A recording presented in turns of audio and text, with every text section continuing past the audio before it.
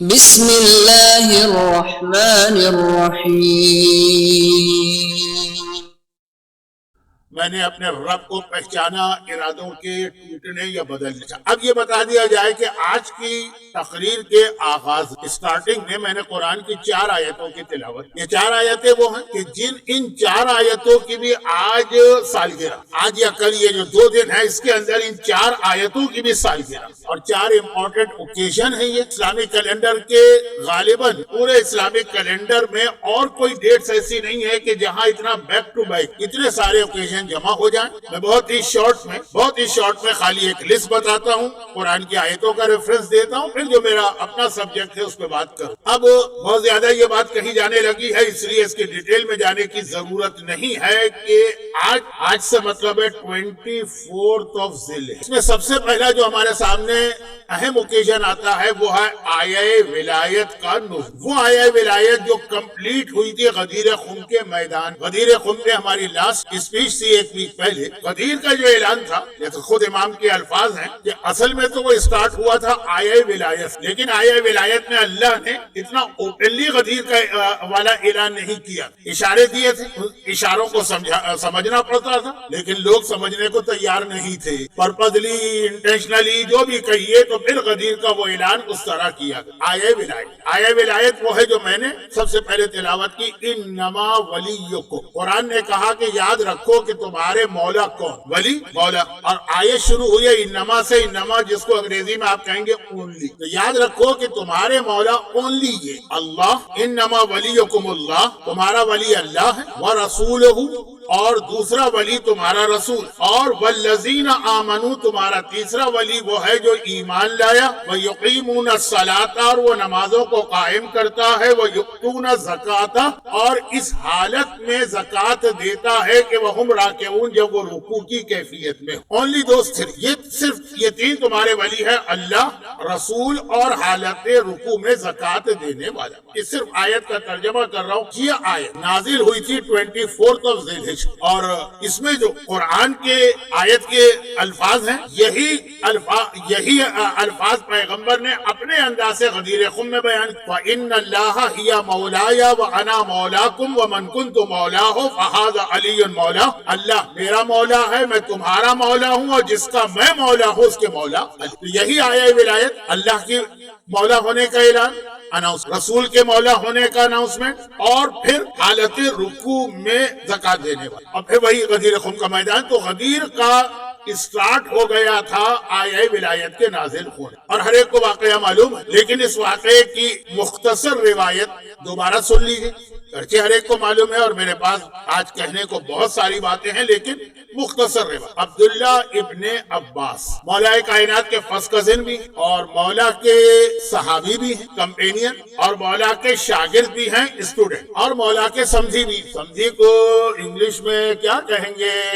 یہاں غالباً انگریزی کلچر میں سمجھی ہوتے ہی نہیں ہے، شاید سمجھی بھی ہے، یعنی ان کی بیٹی لبابہ مولا کے بیٹے عباس علمدار کی۔ اور ان کی پہلی 3 خصوصیتیں رسول اللہ کے ساتھ بھی ہیں کہ رسول اللہ کے فرسٹ کزن ہیں، رسول اللہ کے صحابی کمپینین ہیں، رسول اللہ کے اسٹوڈنٹ۔ اور صحیح بخاری میں جو 5 جگہ پہ روایت آئی ہے وہ انہی عبداللہ ابن عباس کی ہے کہ پیغمبر نے آخر میں کاغذ و قلم مانگا اور لوگوں نے دینے سے انکار کر دیا۔ اور یہ بھی صحیح بخاری میں ہے نا کہ جب یہ روایت کوٹ کرتے تھے عبداللہ ابن عباس تو روتے تھے۔ جمعرات کا دن تھا، چنانچہ تھرسڈے ٹریجڈی کے نام سے وہ تاریخ میں آج بھی موجود۔ یہ عبداللہ ابن عباس پیغمبر کی بہت ساری حدیثیں ان کو یاد تھی، اور جب پبلک ان کو دیکھتی تھی، اب یہ بات ہو رہی ہے رسول اللہ کے بہت بعد، ایک نئی جنریشن پیدا ہو گئی، جب عبداللہ ابن عباس کو دیکھتے ہیں گھیر کے بیٹھ جاتے ہیں کہ ہمیں پیغمبر کی کوئی حدیث سنائی۔ اور یہ زمانے کے ان مسلمانوں کا جذبہ تھا جو یا تو پیغمبر کے بعد اسلام لائے یا پیغمبر کے بعد پیدا ہوئے، جس کی وجہ سے پھر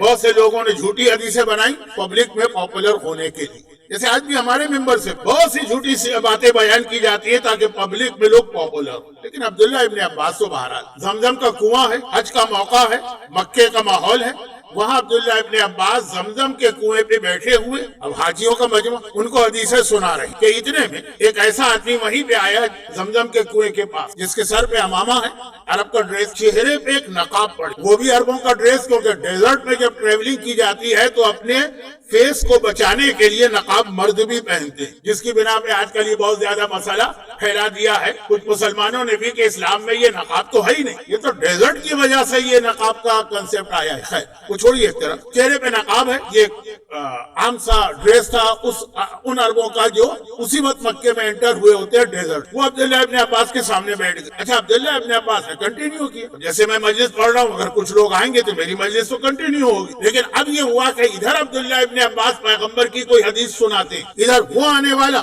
کہتا ہے کہ اے ابن عباس اب ایک حدیث میں بھی سناؤں، اور سنائیے۔ انہوں نے بھی ایک مقابلے میں ایک حدیث سنی، عبداللہ ابن عباس نے دوسری حدیث سنائی، اس نے پھر ایک حدیث سنائی، حدیثوں کا ایک طرح کا مقابلہ ہو گیا کہ اب لوگ بھی حیران ہو گئے کہ اب تک تو ہم یہ سمجھتے تھے کہ عبداللہ ابن عباس سے زیادہ حدیثیں کسی کو نہیں معلوم، یہ عبداللہ ابن عباس کی ہر حدیث کے مقابلے میں یعنی کوئی جھوٹی ووٹی حدیث نہیں یا ایک دوسرے سے کنٹراڈکٹ حدیث نہیں، وہ حدیثوں کی تلاوت ہو رہی، ادھر سے ایک حدیث، ادھر سے ایک حدیث، ادھر سے پھر حدیث، ادھر سے پھر حدیث، یہاں تک کہ آخر میں عبداللہ ابن عباس خاموش ہو گئے کہ اب ہمیں یہ سیشن ختم کرنا، لیکن اس طرح خاموش نہیں، خود عبداللہ ابن عباس حیران ہو گئے کہ تو ہے کون جسے اتنی ہی حدیثیں یاد ہے جتنی مجھے یاد ہے، بلکہ شاید مجھ سے بھی زیادہ۔ اب آنے والے نے چہرے سے نقاب ہٹایا اور کہا کہ اے ابن عباس آپ تو مجھے پہچانتے ہیں، انا جندب ابن جنادہ غفاری، میں ابو ذر غفاری۔ ابو ذر غفاری عبداللہ ابن عباس سے تو ایج میں بہت بڑے اور ان کی عظمت کو سب جانتے ہیں، کہا میں ابو ذر غفاری ہوں۔ عبداللہ ابن عباس نے کہا سمجھ میں آئے اگر تمہیں اتنی حدیثیں یاد ہیں، لیکن اس نے کہا کہ میں چاہتا ہوں کہ آخر میں بھی ایک حدیث اور سنا کے یہ سیشن ختم، لیکن اب جو حدیث اس نے سنائی، اب ابو ذر غفاری اتنا انٹرسٹنگ ان کے حالات ہیں کہ 2 گھنٹے کی تو الگ سے آپ اسپیچ کبھی مجھ سے سن لیجئے مختصر۔ ابو ذر غفاری نے کہا اتنی دیر میں مجمع بہت بڑھ گیا، وہ سارے حاجی جو تھے دوڑ دوڑ کے یہاں آنے لگے، ایک نہیں پیغمبر کے 2 صحابیوں سے حدیثیں سننے کو مل رہی ہیں، دونوں بہت ہی اتھینٹک صحابی۔ عبداللہ ابن عباس کو مخاطب کر کے کہا لیکن مجمع کو سناتے ہوئے کہ میں نے اپنے کانوں سے سنا ہے اور اگر نہیں سنا ہو تو میں بہرا ہو جاؤں، اور میں نے اپنی آنکھوں سے دیکھا ہے اور اگر نہیں دیکھا ہے تو میں اندھا ہو جاؤں۔ اب یہ اس حدیث سے پہلے ان کا اسٹائل ہی ایسا بن گیا کہ مجمع اور زیادہ اٹینٹیو ہو گیا کہ یہ کون سی حدیث، اتنے یقین کے ساتھ کہہ رہے کہ اگر میں نے اپنے کانوں سے نہیں سنا تو بہرا ہو جاؤں، آنکھوں سے نہیں دیکھا تو اندھا ہو جاؤ۔ کوئی ایسی حدیث ہے جس کا تعلق دیکھنے سے، تاکہ سنو اے عبداللہ ابن عباس۔ عبداللہ ابن عباس جب پیغمبر کی وفات ہوئی تو 13 سال کے، اور شبلی نعمانی نے یہی اعتراض کیا ہے کہ ان کی یہ کاغذ قلم والی قلم دوات والی حدیث ہم کیوں لیں، یہ تو 13 سال کے بچے تھے، بچوں کی حدیث کا کیا بھروسہ۔ پھر ہمارے علماء کا جواب بھی ہے یہ تو بالکل آخری پیغمبر کی زندگی کی حدیث ہے، اگر اس لیے نہیں لی جائے گی کہ بچے تھے تو ان کی ساری حدیثوں کو کینسل کرو، اس لیے کہ وہ حدیثیں تو اس سے بھی پہلے کی ہوں گی، جب یہ 9 سال کے تھے، جب یہ 8 سال کے تھے۔ خیر میں کسی اور طرف چلا گیا، بات یہ تھی کہ عبداللہ ابن عباس شاید اس وقت 4 یا 5 سال کے تھے جب کی حدیث ابو ذر سنا رہے، کہا کہ ہم پیغمبر کے پیچھے نماز ظہر پڑھ رہے تھے اور ابھی ہم نماز ظہر ختم کر کے بیٹھے تھے کہ مسجد میں ایک سوال کرنے والا آیا۔ اب اس کے بعد مشہور واقعہ، اور آنے کے بعد اس نے ایک سے کہا کہ میں فقیر ہوں، میری مدد کرو، کسی نے اس کی کوئی مدد نہیں۔ آخر میں اس نے آسمان کی جانب دیکھا، اگرچہ مسجد کی چھت تھی لیکن وہ والی چھت کھجور کے پتوں والی جس کے اندر سے آسمان بھی نظر آتا تھا، تو آسمان کی جانب دیکھا اور کہا خدا بندہ میں تیرے گھر میں آیا، تیرے نام پہ لوگوں سے مانگا اور یہاں سے خالی ہاتھ واپس جا رہا ہوں۔ اتنی دیر عبداللہ ابن عباس کو ابو ذر غفاری سنا رہے کہ اتنی دیر میں میرا مولا نماز میں مشغول ہو گیا تھا۔ ظہر کی نماز کے بعد پھر کچھ سنت و نافلہ بھی ہیں، کچھ عصر کی ہیں، کچھ اور بھی۔ جس وقت یہ جملہ کہا تو اس وقت میرے مولا نے اپنے ہاتھ سے اشارہ کیا، اپنے دائیں ہاتھ سے جس میں ایک انگوٹھی تھی، اور وہ سائل کو اشارہ کیا کہ انگوٹھی لے جاؤ۔ وہ یہ انگوٹھی لے کے چلا، جیسے ہی وہ انگوٹھی لے کے نکلا کہا کہ میں نے اپنے کانوں سے سنا، سننے والا اس کے بعد آئے ورنہ بہرا ہو جاؤ، آنکھوں سے دیکھا یہ دیکھنے والا منظر ہے۔ جیسے ہی وہ باہر نکل ویسے ہی اللہ کے رسول علی کی نماز ختم ہونے کا انتظار کیا۔ علی کی نماز ختم ہوئی، پیغمبر نے ایک مرتبہ کہا کہ ھذا علی قائد البررہ وقاتل الکفر منصور من نصر مخذول من خذل، یہ علی نیک لوگوں کا قائد۔ یہاں پھر ایک مرتبہ توجہ ہے کہ قرآن نے بھی ولایت کے حوالے سے علی کا تعارف جو کرایا تو نماز کے حوالے سے کرایا، اور علی والے تو نماز چھوڑ دینا۔ حق ولایت سمجھتے ہیں کہ اگر ہم نماز پڑھ کے جنت میں گئے تو فائدہ کیا ہوا علی کی ولایت کا؟ فائدہ تو اسی کو کہتے ہیں نا، کیونکہ میں یہ تقریریں سنتا رہتا ہوں، اس لیے ایک ایسا لفظ استعمال کر رہا ہوں جو صرف پنجاب کے لوگ سمجھیں گے۔ دیکھیں جی، میں جا رہا تھا سڑک کے اوپر اور وہاں پہ پولیس والے نے روکا، میرے پاس سارے پیپر تھے گاڑی کے، اس نے کہا چلے جاؤ۔ تو میرے دوست نے پولیس والے سے کہا تھینک یو، میں نے کہا اس کا تھینک یو کیوں ادا کر رہے ہو؟ اس نے کون سا ہمارے ساتھ فیور کیا، ہمارے پیپر سارے تھے، اس کو تو ہمیں چھوڑنا ہی چھوڑنا۔ کہا کہ تھینک یو اس کا ادا کرو جس کے اندر چس آئے، مزہ آئے کہ کاغذ کوئی نہ ہو اور کیسے چلے جاؤ، اس سے تو کہو کہ تھینک یو۔ اب اس کے بعد وہ کہتے ہیں چنانچہ اگر ساری نیکیاں کر کے پھر علی ہماری مدد کر کے جنت میں لے جائیں گے تو ہمیں ضرورت کیا ہے؟ پتہ نہیں ان کو جنت کیا ہے، ہماری نیکیوں کا اسٹیٹس کیا ہے، لیکن میں اپنے الفاظ میں کہہ رہا ہوں کیونکہ وقت کم ہے اور میں تو جو ارادہ کر کے بیٹھا 4 چیزوں کا بھی پہلی چیز بھی مکمل نہیں ہوگی۔ کہا چست تو اس میں ہے، مزہ تو اس میں ہے کہ کچھ نہ ہو پھر علی لے کے جائیں، تب پتہ چلے کہ ہاں علی اپنے چاہنے والوں کی مدد کرتے ہیں۔ خیر، تو ایسی فضول باتوں کو چھوڑیں، پیغمبر فرما رہے ہیں قائد البررہ علی نیک لوگوں کا قائد ہے، قاتل الکفرہ کافروں کا قاتل ہے، منصور من نصر، جو علی کی مدد کرے گا خود اللہ اس کی مدد کرے گا، مخذول من خذلہ، اور جو علی کی توہین کرے گا اللہ اس کو ذلیل و رسوا کرے گا۔ ابو ذر کہہ رہے ہیں میں سن رہا تھا، اس کے بعد پیغمبر نے ایک جملہ اور کہا، اور پیغمبر نے آسمان کی جانب دیکھ کے کہا خدا بندہ میرے بھائی موسیٰ نے ایک مرتبہ تجھ سے یہ دعا کی تھی نا، رب اشرح لی صدری ویسر لی امری، اور واحلل عقدۃ من لسانی یفقہوا قولی واجعل لی وزیرا من اہلی ہارون اخی اشدد بہ، اے خدا میرے سینے کو کشادہ کر کے ہارون کو میرا وزیر بنا دے۔ کہا پیغمبر کا جملہ کہ یہ دعا کی تھی نا، تو میں بھی تجھ سے ایک دعا کرتا ہوں، انا محمد النبیوں کا و صفیوں کا، میں محمد ہوں تیرا نبی بھی ہوں اور برگزیدہ چنا ہوا چوزن ون ہوں صفیوں کا۔ اللہم اشرح لی صدری، تو میرے سینے کو کشادہ کر دے، ویسر لی امری، میرے کام کو آسان کر دے، وجعل علیا وزیرا من اہلی، علی کو میرا وزیر بنا، اور وشدد بہی ظہری، اس کے ذریعے میری کمر کو مضبوط کر دے۔ اور جبرائیل یہ آیت لے کے نازل ہوئے، انما ولیکم اللہ ورسولہ والذین آمنوا الذین یقیمون الصلاۃ ویؤتون الزکاۃ وہم راکعون، حالت رکوع میں زکوٰۃ دینے والے۔ اے عبداللہ ابن عباس، اگر میرے کانوں نے یہ نہ سنا اور میں جھوٹ کہہ رہا ہوں تو بہرا ہو جاؤں، میری آنکھوں نے یہ نہ دیکھا ہو کہ علی نے اس طرح انگوٹھی دی تو میں اندھا ہو جاؤں۔ یہ واقعہ 24 ذی الحجہ کو پیش آیا، اور اس کے بعد اس سے ریلیٹڈ 2-3 باتیں اور ہیں، لیکن اب میں چھوڑ رہا ہوں صرف یاد دہانی کے لیے۔ اور یہ روایت ابو ذر کی چونکہ کم پڑھی جاتی ہے میں نے پڑھ دی، یہ آج کی پہلی مناسبت ہے 24 ذی الحجہ۔ چنانچہ 24 ذی الحجہ باقاعدہ غدیر کے بعد ہماری سب سے بڑی عید، ایمانی عید۔ تو 2 تو وہ عیدیں جس کا تعلق اسلام سے ہے، اور 2 یہ عید ہے جس کا تعلق ایمان۔ اب ایک جملہ کہہ دوں، مجھے ڈر لگ رہا تھا کہ جب تک کہ میں وہاں تک پہنچوں گا شاید مجلس کا وقت یا تقریر کا وقت ختم ہو جائے۔ مباہلے کے اعمال کم، قدیر کے دن اعمال بہت زیادہ، وہ آپ نے اعمال کر لیے، پاک و پاکیزہ ہو گئے، گناہ معاف ہو گئے، اللہ نے خطائیں معاف کر دی، علی کے راستے میں لگائے۔ اب اعمال کم ہیں، جو اعمال ہیں ان میں نمبر 1 تو البتہ وہی اصول کہ آیت اللہ سیستانی اور اس سے پہلے مرحوم آیت اللہ خوئی، اور آج بھی شیخ فیاض اور بڑے بڑے مراجع مباہلے کے غسل کی روایت کو بھی البتہ ایک جملہ لکھتے ہیں۔ یہ مباہلہ جو تھا وہ میری تقریر میں 4تھے مقام پہ تھا، لیکن چونکہ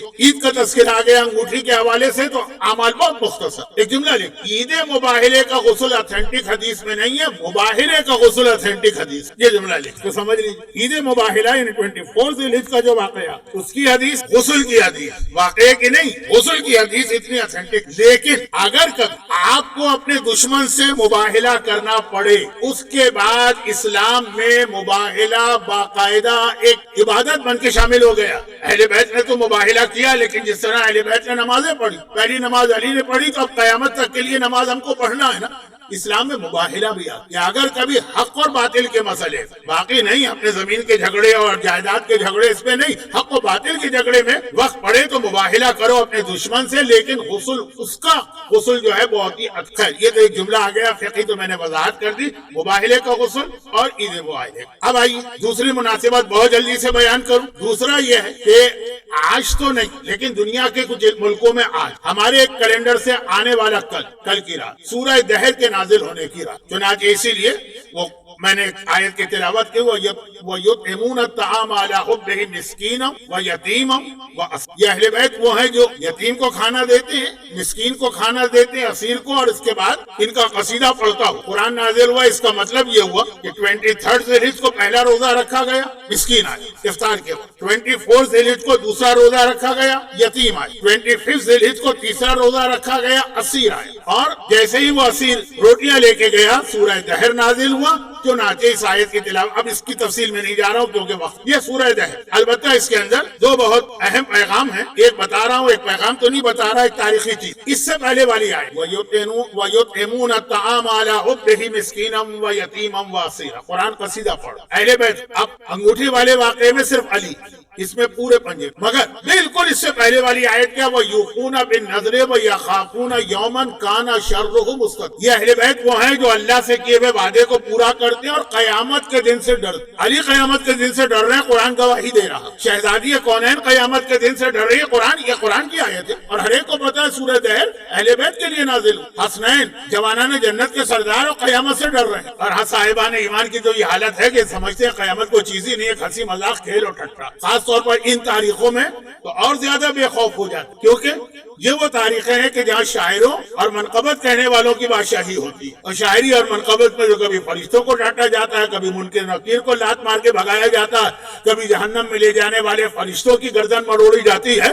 اب یہ آیت آپ کے سامنے، وَيُطْعِمُونَ الطَّعَامَ عَلَىٰ حُبِّهِ مِسْكِينًا وَيَتِيمًا وَأَسِيرًا إِنَّمَا نُطْعِمُكُمْ لِوَجْهِ اللَّهِ لَا نُرِيدُ مِنكُمْ جَزَاءً وَلَا شَكُورًا نَخَافُ مِن يَوْمٍ عَبُوسٍ قَمْطَرِيرٍ، آخری آیت بھی یہی کہ ہم تو اس دن سے ڈرتے ہیں جس دن بڑے بڑے لوگ جو ہیں ان کی سٹی گم ہو۔ میں نے بہت ہی سلینگ سے ترجمہ کر، اہل بیت کے عمل کو جو قرآن نے بتایا، اس سے پہلے والی آیت بھی ہے کہ وہ قیامت سے ڈرتے ہیں، اس کے بعد والی آیت بھی ہے کہ قیامت سے ڈرتے ہیں۔ اہل بیت کے لیے قیامت مسئلہ نہیں ہے، لیکن عظمت پروردگار کا خوف ان کے دلوں میں، اور ہمارے دل میں اتنی بے خوفی ہے۔ یہ سورہ دہر کا پہلا پیغام ہے۔ دوسری بات کا بھی غور کیجئے، قرآن نے کہا کہ یتیم و مسکین و اسیر، اسیر کیا؟ قیدی نا، قیدی تو جیل میں ہوتا ہے، وہ کیسے آ گئے؟ کس نے اس کو رہائی دلوائی؟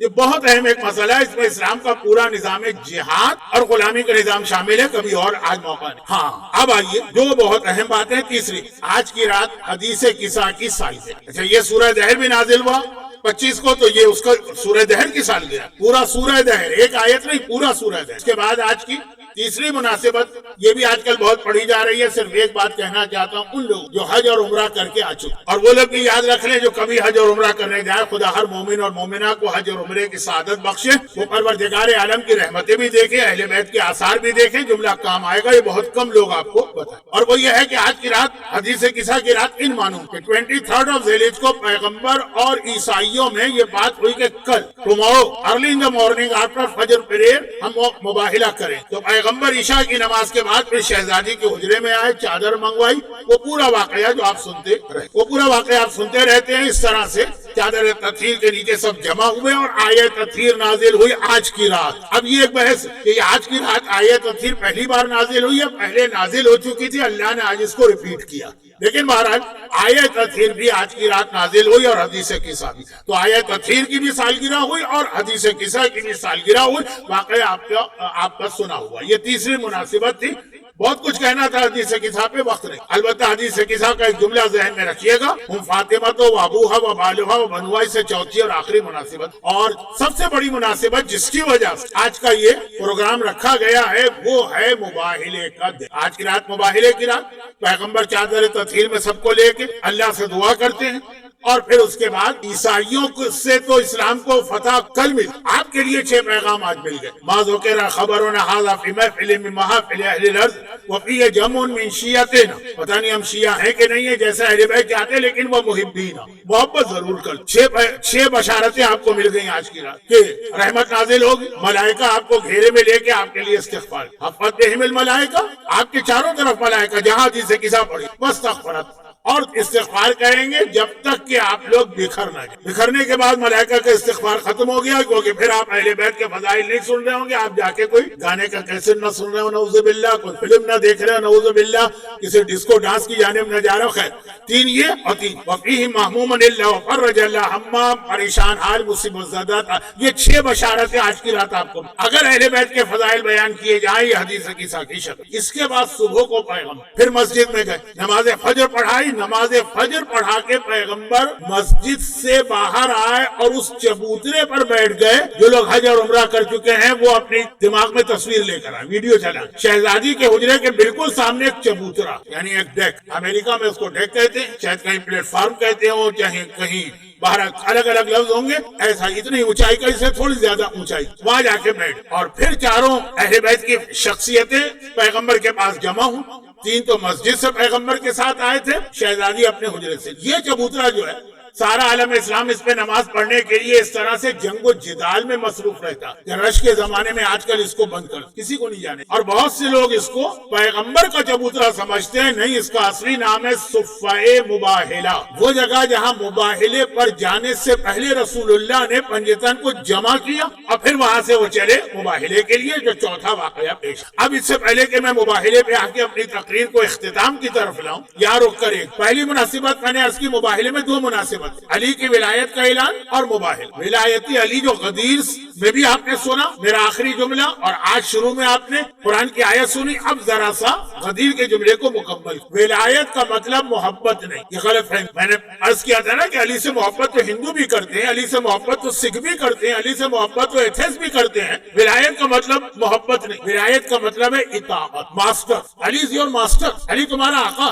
جو علی کہے گا تمہیں کرنا۔ یہ آخری جملے تھے میری لاسٹ اسپیچ۔ چنانچہ معصوم نے بھی 1 بار نہیں 2 بار نہیں کتنی مرتبہ کہا، لا تنالوا ولایتنا الا بالطاعۃ والورع، ہماری ولایت مل ہی نہیں سکتی جب تک کہ اطاعت کا مطلب یہ کہ جو امام کہے تمہیں مان۔ اور اس زمانے میں جو مخلص لوگ وہ واقعا اس طرح سے علی کی اطاعت کرتے، اور اولاد علی کی کہ جو معصوم کر رہے ہیں وہی عمل وہ بھی کرتے، حتیٰ یہ کہ بعض اوقات لوگوں کو روکنا پڑتا تھا۔ یہ جملہ سنیے، میں نے محرم میں کئی بار اس کی تشریح کی ہے، میلبرن میں تو نہیں، روکنا پڑتا تھا کہ بھائی اطاعت کرو۔ اطاعت کا مطلب جو ہم حکم دیں وہ تمہیں کرنا، اطاعت کا یہ مطلب نہ لو کہ جو ہم کر رہے ہیں وہ تمہیں کرنا۔ فرق دیکھ، ایکشن میں ہم کو فالو نہیں کرو گے، جو ہمارے آرڈرز ہیں اس میں ہم کو فالو کر۔ جیسے غلام کسی کے گھر میں ہو تو اسے اپنے آقا کا حکم ماننا ہے، یہ نہیں دیکھنا ہے کہ میرا آقا جو کر رہا ہے وہ بھی وہی میں بھی کروں۔ آقا نے اپنے لیے بریانی پکائی ہے تو معلوم ہوا کہ آقا بریانی کھا رہا، میں بھی بریانی کھاؤں، 2 جوتے پڑیں گے۔ تو میں بہت ہی سلینگ قسم کے اگزامپل دے کے آگے بڑھ رہا ہوں۔ آقا کا آرڈر اگر ہے تو ٹھیک، جو آرڈر بہت اہم یہ چیز ہے، ایکشن کو فالو کرنا ہے یا آرڈرز کو فالو کرنا۔ چنانچہ آپ کو نہج البلاغہ میں مولا کا وہ مشہور خطبہ ملے کہ کسی نے آ کے کمپلین کیا، علی ابن حارث کا خطبہ، کہ مولا میرا بھائی تو آپ کو اس طرح کو فالو کر رہا ہے کہ آپ نے پھٹے ہوئے کپڑے پہنے، اس نے بھی پھٹے ہوئے کپڑے پہنے، آپ سوکھی روٹی کھاتے ہیں، اس نے بھی سوکھی روٹی کھانا شروع کر دی۔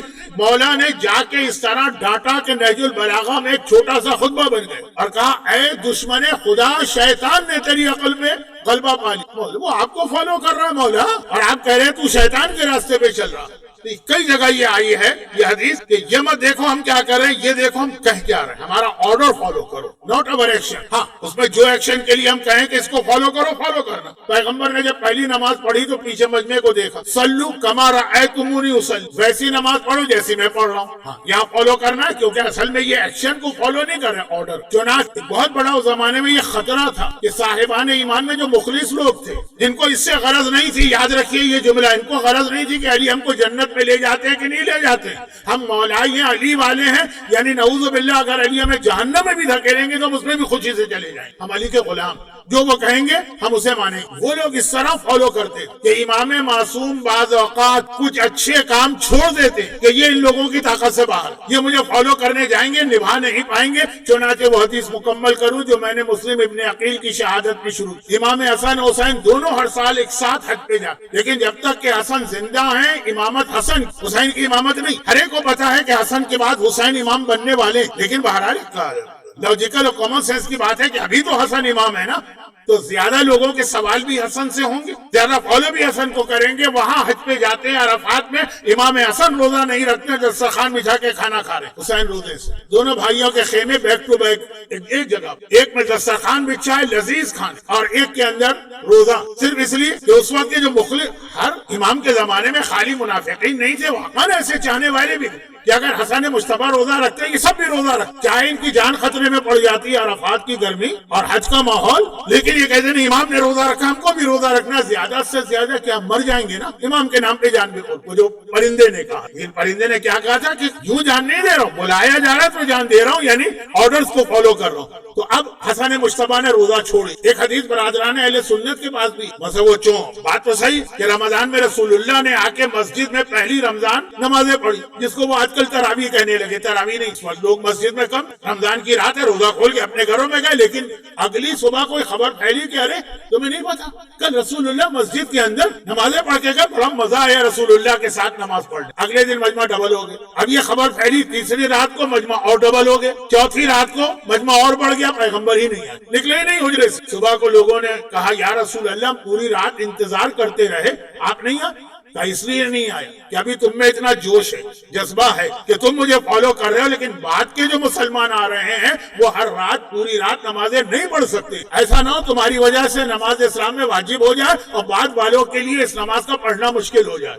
تمہیں آیا ہی نہیں. یہ برادران اہل سنت کی ایک مشہور حدیث ہے, جس کی وجہ سے پھر ہمارے علماء کہتے ہیں کہ تراویح رسول اللہ نے نہیں پڑھائی. جسے آپ تراویح کی شکل کہہ رہے ہیں وہ بھی 3 راتوں کے بعد چھوڑ دی. تو خیر اصل اپنی جگہ, حسن مصطفیٰ کو یہ ڈر ہے اگر یہ لفظ توہین امام نہ ہو کہ میں روزہ رکھوں, تو چاہے جن لوگوں میں طاقت نہ ہو کہیں گے نہیں امام نے حج میں جا کے روزہ رکھا, ہم بھی رکھیں. زیادہ سے زیادہ کیا مر جائیں گے نا, موت بھی قبول. آج بھی ہمارے ایسے مومن ہیں جو کہتے ہیں امام کے نام پہ موت بھی قبول. حسن نے روزہ نہیں رکھا. پھر اس کے بعد حسین روزہ رکھتے رہے, حسن شہید ہو گئے, حسین امام بن. اب حسین پبلک کے فوکس میں آ گئے, چنانچہ وہ جو ساری زندگی حج میں روزہ رکھتا رہا, امام حسین نے روزہ چھوڑا. اب امام حسین افطار دن کے وقت عرفات میں دسترخوان بچھا کے کھانا کھاتے. چوتھے امام باپ کے ساتھ آئے, علی ابن الحسین, لیکن لوگوں کی توجہ, پتا ہے کہ بات کے امام ہے لیکن اتنی نہیں, وہ روزہ رکھے تو پتا ہے کہ ابھی لوگ میرے باپ کو دیکھیں. امام حسین نے روزے چھوڑ دیے, عرفات میں کھانا پینا شروع کر دیا. امام حسین کی شہادت ہو گئی, سجاد امام بن گئے, اور ساتھ میں امام باقر بھی آ رہے ہیں.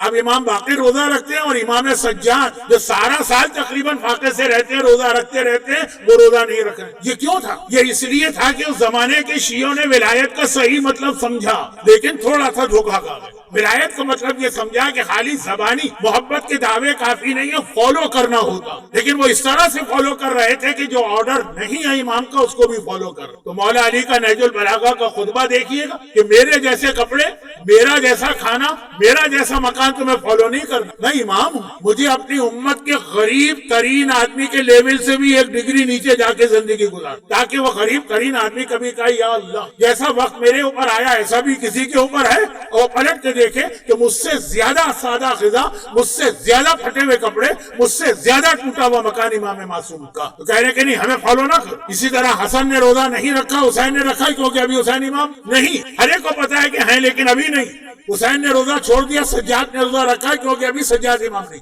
تو یہ تھا ولایت کا وہ تصور جو اہل بیت اور خدا دے رہا, فالو کر, آرڈرز کو مانو. اور اس میں خاص طور پہ ایک بات یاد رکھیں, اطاعت کے لیے. اس کا مطلب شارٹ سمری کیا ہے اس پوری گفتگو کی, کہ ولایت کا مطلب ہے امام کی اطاعت, ان کے آرڈرز کو مانو. اور آرڈرز کو ماننے کے لیے ضروری ہے نالج, پتا تو چلے ان کا آرڈر ہے کیا, امام کا آرڈر کیا ہے, کہاں سے پتا چلے. حکومتیں ہوتی ہیں, ان کے بارے میں بھی مختلف افواہیں پھیل جاتی ہیں. کوئی کہتا ہے گورنمنٹ نے یہ قانون بنایا, کوئی کہتا ہے وہ قانون بنایا, کوئی کہتا ہے یہ انسینٹیو دیا. کچھ لوگ سینٹرل لنک کی ویب سائٹ پہ پہنچ جاتے بھائی کیا ملنے والا ہے ہم کو. لیکن جو حکومت کی طرف سے آفیشلی اناؤنس ہو وہی تو مانا جائے گا نا. یہ کامن سینس کی بات لوگ بھول جاتے ہیں کہ ولایت کا مطلب اطاعت تک تو سمجھ میں آ گیا, اطاعت کا مطلب ہے نالج. یہ دیکھو کہ امام نے ہمیں کیا آرڈرز دیے. اچھا امام کی نالج تو اتنی کہ میں زمین کے راستوں سے زیادہ آسمان کے راستوں کو جانتا. ان سے آپ کائنات کا ہر مسئلہ پوچھیں گے جواب حاضر ہے, لیکن اطاعت میں وہ مسئلوں پہ توجہ دینا ہماری ذمہ داری نہیں. بھائی حضرت موسیٰ کی ماں کا نام کیا تھا,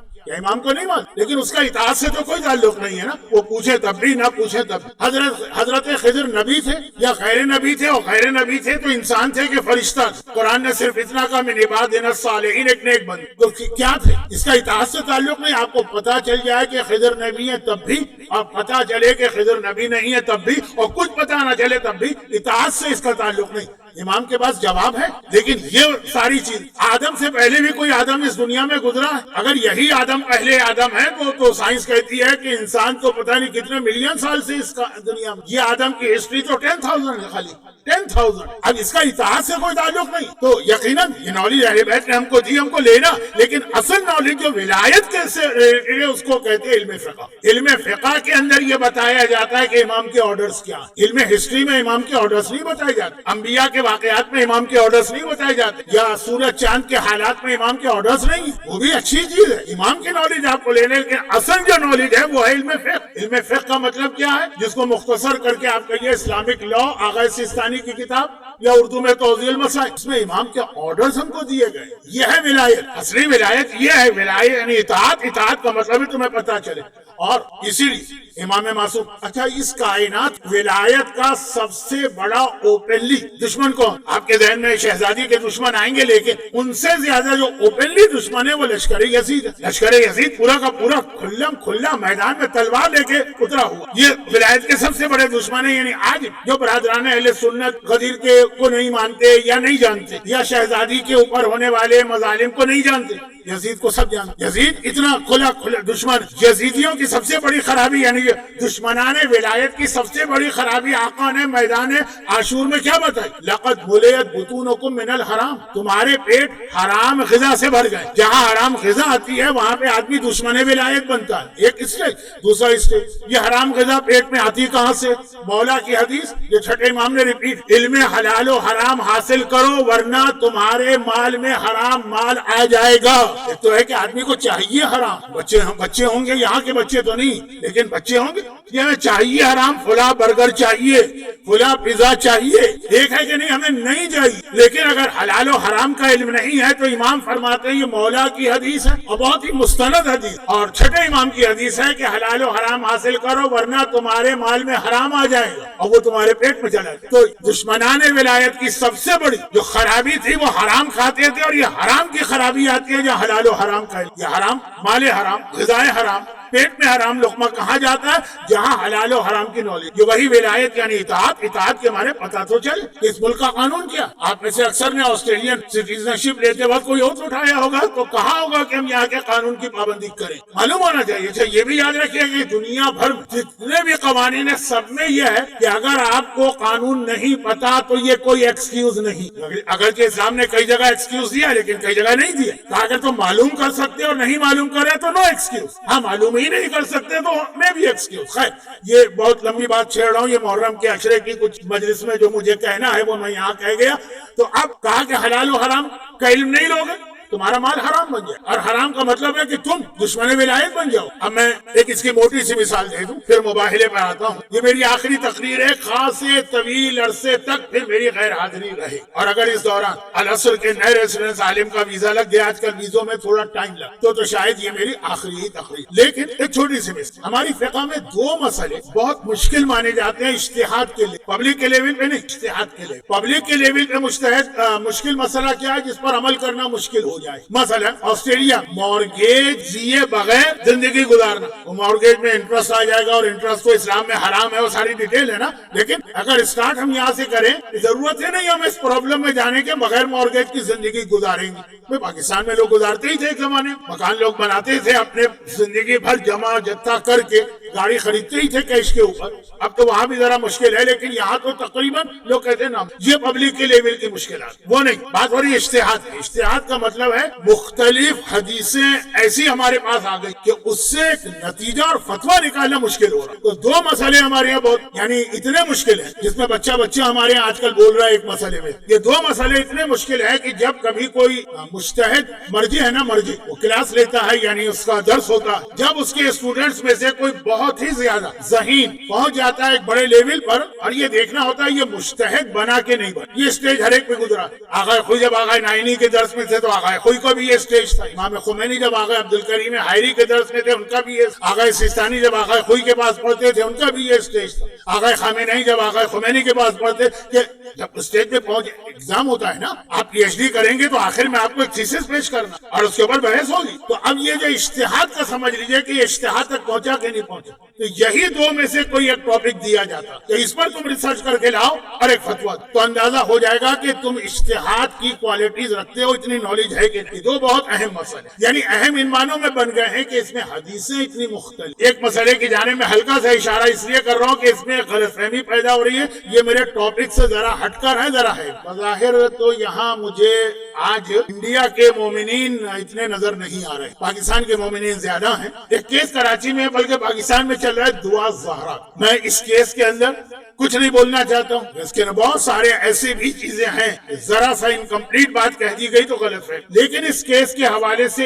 ایک مسئلہ اتنا زیادہ ریپیٹ ہوا کہ وہ بعد میں بڑے پرابلم کریٹ کر سکتا۔ اب اس وقت کیس ایسا تھا، ایک سیدانی بچی کس طرح سے پھنس گئی تو کچھ بولنا مناسب نہیں، اب بہرحال مسئلہ حل ہو رہا ہے، وہ بچی بھی ان کے ہاتھ سے نکل آئی ہے، اب دیکھیں آگے کیا ہوتا ہے، لیکن اس میں بار بار ایک مسئلہ آیا، وہ ایک طرح صحیح بھی، وہ صحیح ہے، لیکن جس طرح ریپیٹ ہوا اس کے نقصانات، وہ کیا، وہ یہ ہے کہ ہر جگہ، یہ انگریزی کا لفظ استعمال کر رہا ہوں، پتہ نہیں یہ صحیح ہے کہ نہیں، یہ پلی لی گئی یا یہ اسٹینڈ اختیار کیا گیا کہ فقہ جعفری میں ولی کی اجازت کے بغیر لڑکی کی شادی نہیں، یہ وہ پہلا مسئلہ ہے جو مشکل ترین مسئلہ ہے ہماری فقہ، یعنی اتنی اس میں مختلف حدیثیں ایک دوسرے سے کنٹراڈکٹ کر رہے ہیں۔ جب کسی عالم کے اجتہاد کو چیک کرنا ہو تو اس کا استاد اس سے کہتا ہے اس مسئلے پر ریسرچ کر کے، اتنی حدیثیں ہیں تو کون سی حدیث اس میں صحیح، اچھا صحیح بھی حدیث ہوتی ہے لیکن اس کا انٹرپریٹیشن کیا ہو سکتا، اس کے ذریعے سے کسی کا اجتہاد چیک کیا جاتا ہے، جو آج پاکستان میں ٹی وی کا ہر اینکر اور یوٹیوب چلانے والا ہر آدمی بیٹھ کے بھاشن جھاڑ رہا ہے، باقی باتیں کہیں تو کوئی ہمیں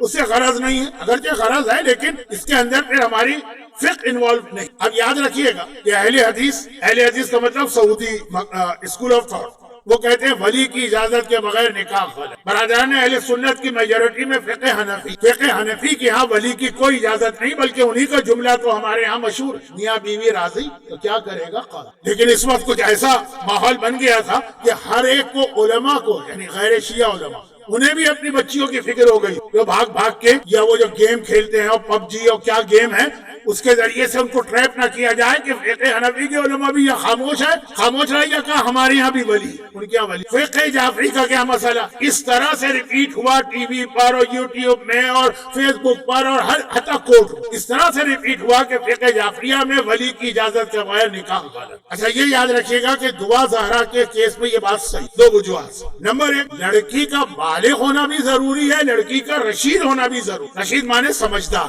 عقل اس کی میچیور ہو، اگر بالغ ہے لیکن وہ عقل اس کی میچیور نہیں ہے، رشید نہیں، یقیناً ولی چاہیے۔ ایک تو یہ وجہ، دوسری وجہ کہ آج کے مراجع کہتے ہیں کہ ولی کی اجازت ضرور، لیکن فتویٰ کوئی نہیں دیتا، سب کہتے ہیں احتیاطی بات، جس کے اندر گنجائش ہے کہ اگر کوئی 7ویں 8ویں 9ویں 12ویں 18ویں نمبر کا مرجع نکل آئے تو اس کی جانب رجوع ہو سکے، لیکن یہ مسئلہ اٹھانا مناسب نہیں تھا اس وقت، کورٹ بھی بیک فٹ پہ چلی گئی تھی کہ ہاں شیعہ فقہ میں تو یہ ولی کی اجازت شرط، چنانچہ اگر کہا جائے کہ نہیں یہاں بھی کوئی گنجائش ہے تو اس مسئلے میں اس لیے گڑبڑ ہو جاتی کہ یقیناً یہ بچی رشید تو نہیں۔ خیر، اصل بات میں کیا کہنے جا رہا تھا کہ شیعہ فقہ میں اس کے حوالے سے آدھے علماء کہتے ہیں کہ فقہ حنفی کا مسئلہ ہے، یعنی ضرورت نہیں ہے اجازت کی ولی، اور آدھے کہتے ہیں کہ ضرورت۔ یہ بات ہو رہی ہے کماری لڑکی جس کی سے پہلے کوئی شادی نہیں اور وہ سمجھتا ہے، تو اب ہوگا کیا کہ میں یہ بات کیوں کہہ رہا ہوں، اس لیے کہ جب یہ مسئلہ بار بار آیا تو یوٹیوب کے اوپر جو پروگرام تھے یا فیس بک کے، اس میں بھی جو لوگ کامنٹس دے، کتنی لڑکیوں نے کہا کہ ارے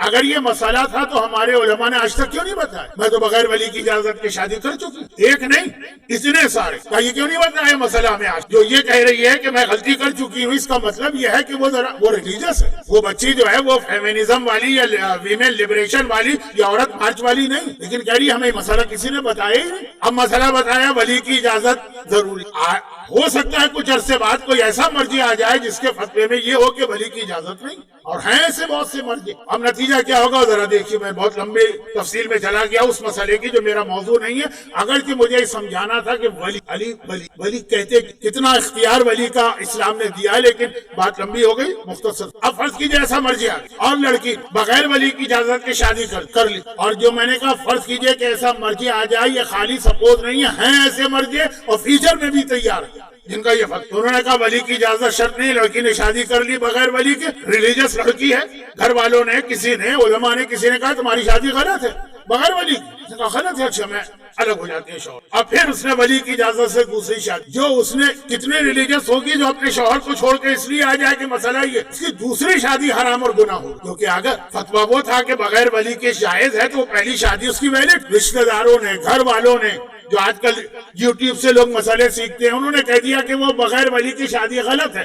اب دوسری شادی اس نے کی اپنے باپ کی اجازت سے، تو پہلے شوہر کی بیوی ہے، یہ دوسری شادی اس کی غلط ہو گئی، حرام ہو گئی، قیامت تک کے لیے حرام ہو گئی، گرچہ اس کو گناہ شاید نہ ملے، اس کو بچے بے شبہ، لیکن کہہ رہا نقصان۔ مال میں جب اتنی احتیاط ہے تو عزت و ناموس میں تو زیادہ احتیاط۔ اب یہ مسئلہ اتنا ریپیٹ ہوا اس وقت یوٹیوب پر، اچھا ہوا کہ آج ہندوستان کے لوگ نہیں ہے، ورنہ ان کی سمجھ میں نہیں آئے گا، لیکن ان کو زیادہ سننا۔ انڈیا میں تو غیر مسلموں سے شادیاں ہو رہی ہیں، ولی تو چھوڑیے، وہاں تو اللہ رسول بھی نہیں ہے بیچ میں۔ خیر، یہ دوسری بات، یہ اشارہ کیا ہے، پورا مسئلہ نہیں ہے، اس کے لیے تو الگ سے سیشن چاہیے نا، توجہ دلانا تاکہ بعد میں گناہ کبیرہ نہ ہو۔ یہ گناہ کبیرہ ہو جاتا ہے کہ ایک شوہردار عورت کو آپ دوسرے کے گھر بھیج دیں پہلے سے سیپریشن، شرعی سیپریشن کے بغیر۔ دوسرا مسئلہ، یہ مسئلہ بھی فقہ کا وہ مسئلہ ہے جو بہت مشکل، اور وہ میرے ٹاپک سے ان معنوں میں ریلیٹڈ ہے کہ ولایت مانے اطاعت، اطاعت کے مانے حلال و حرام، حلال و حرام نہ ہو تو پیٹ میں تمہارے حرام رزق جائے گا جو تمہیں دشمن ولایت بنا۔ بس یہ چند جملے، اس کے بعد مباہلے کے حوالے سے دو تین باتیں اور آج کی گفتگو۔ دوسرا مشکل مسئلہ جو ہے نا، پہلا مسئلہ تو ہے ولی، وہ بہت مشکل ہوتا سمجھانا اگر یہ دعا زہرا کا کیس نہ ہو۔ میں اس کیس میں کوئی بات نہیں کر رہا ہوں کیونکہ اس مسئلے کا اطلاق اس بچی پہ نہیں ہے، وہ بالغ اگر ہو بھی تب بھی رشید نہیں، رشید نہ ہو تو سارے مراجع کا اتفاق ہے کہ ولی کی اجازت شرط۔ لیکن دوسرا مسئلہ، اس کا نام ہے منجزات مری، سنا ہے کبھی آپ نے؟ مسئلہ ہے بہت ہے، منجزات مری۔ یہ مسئلہ یہ ہے کہ ہر آدمی کو اپنے سارے مال اور ایسٹس و جائیداد پہ کنٹرول ہوتا ہے، اختیار ہوتا ہے، جس کو چاہے دے، جس کو چاہے جہاں چاہے خرچ کرے، جس طرح چاہے یوز کرے۔ ہاں اگر وہ کہہ دے کہ میرے مرنے کے بعد یہ کرو تو پھر 1/3 تک کر سکتا ہے، اس سے زیادہ نہیں، بہت مشکل، زندگی میں مرضی۔ مگر ایک مسئلہ آتا ہے بہت مشکل ہے کیونکہ اس میں حدیثیں اتنی مختلف ہیں، منجزات مری۔ یہ کیا؟ یہ مسئلہ ہے کہ اگر کوئی آدمی ایسی بیماری میں جس بیماری میں وہ آگے چل کے مر گئے، صحت نہیں ہو سکی، چاہے وہ بیماری 1 ہفتے کی تھی، چاہے وہ بیماری 5 سال آگے چل کے مر گیا اسی بیماری، جس کو فقہ میں کہتے ہیں مرض موت، اس میں جو جتنا بھی اپنے مال وغیرہ کو خرچ کرے وہ اس کا خرچ کرنا اس کو اجازت، کیونکہ ہمارے زیادہ تر آج کل کے مراجع اس مسئلے کو نہیں مانتے، کہتے جو آدمی صحت میں اپنا مال خرچ کر سکتا ہے وہ بیماری۔ یہی آغا خوئی کا فتویٰ تھا، یہی امام خمینی کا فتویٰ تھا، یہی آغا خامنہئی کا فتویٰ ہے، یہی آغا فیاض کا فتویٰ ہے، یہی آغا وحید۔